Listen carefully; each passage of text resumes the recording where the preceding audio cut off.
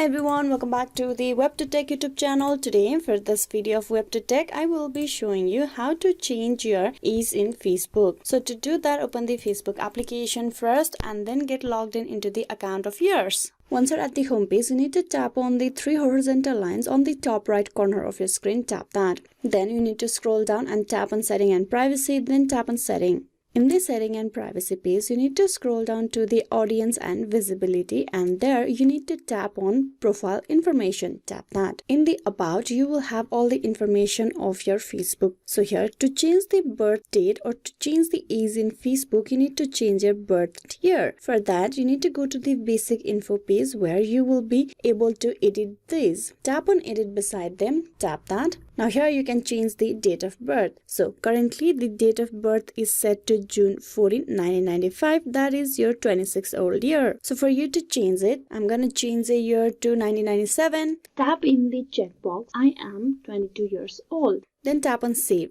And you can see your date of birth has been changed to June 14, 1997. I just changed the year in here. So this is how you can change age in Facebook. Hope this video was useful. Please like and subscribe the WebToTech YouTube channel. Thank you for watching till the very end.